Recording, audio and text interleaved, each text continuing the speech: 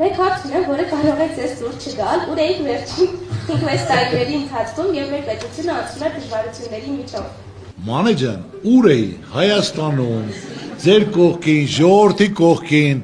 լավ ու վատ օրերով ձեր հետ եմ եղել։ 2020 թվականին Թուրքիան զորավարություններ է անում Ադրբեջանում,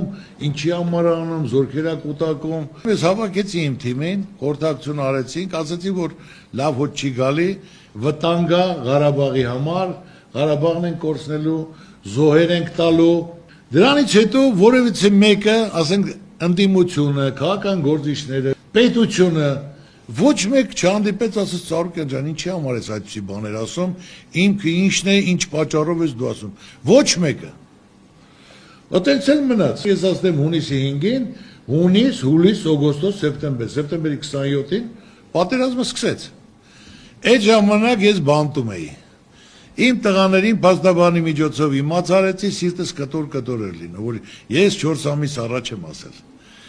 Տղաներից ասի տեղակ բայք, թող մի քանի միլիոն ինչքան կհավաքեն, թող Ղարաբաղ գումար ուղարկեն մեր ընտանիքի կողմից։ Անկախ նրանից ես բանտում եմ, բայց մեր աջակցություն մասնակցությունը պարտադիր է։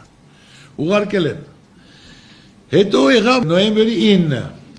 Ցույցեր, միտինգներ, ժողովուրդը, քաղաքական գործիչները, այսպես չի լինի, նոր ընտրություն, նորապետ, այսպես չի կարա շարունակվի։ Դիմել են ինձ, ես իմ թիմին հավաքել եմ, ամենամեծ խմբակցությունը ես ունեի, ասեմ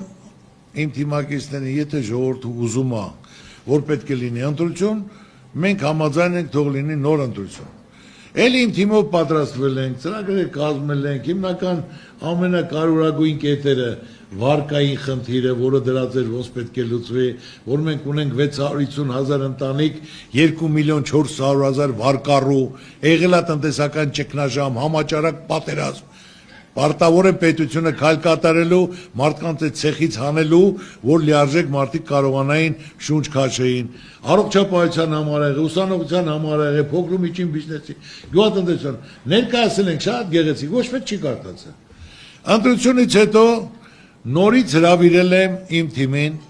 ասելով շնորհակալ եմ ովքեր որ մասնակցել են ընտրության, շնորհակալ եմ ովքեր մեզ ձայն են տվել եւ շնորհակալ եմ իմ թիմից։ Իմ թիմը լավ չի աշխատել, մենք լավ չենք աշխատել, չենք կարողացել ժողովրդին տեղեկացնել մեր ծրագրերի մասին, ուրիշները ավելի լավ են ներկայացրել, ես ցավը տանեմ։ Այսօր էլ թող նրանք էլ ժողովրդի առաջ պատասխան տան։ Ու մենք էլ անցել ենք մեր գործին, դրանից հետո շրջափակման ժամանակ օրը գիշեր կազմակերպելով, օգնելով, ֆուրերով, ինչ որ պետք է եղել։ Օգնել ենք ամեն ինչով, բոլորը տեղի ղեկավարությունը Արցախի գիտի, ժողովուրդը գիտի, ճանաչողները գիտեն, օգնել ենք։ Հետո շրջափակման ժամանակ բոլոր ծնված երեխան ինչքան երեխա ծնվել։ Ասեմ կազմակերպեք ոսկե խաչեր հանձնենք այդ երեխաներին, դա պատմություն է, որ նրանք կմեծանան պիտանի մարդ կդառնան, կզգան ու տեղի ժողովուրդն էլ կզգան, մենք իրաց չենք մոռացել, մենք միշտ իրենց կողքին ենք։ Դրանից հետո եղավ հայաթափման, որ ասենք թե ամբողջ հայությունը եկավ Հայաստան, դադարք եկել են, կազմակերպելով, օգնելով սնունդա, բնակարանը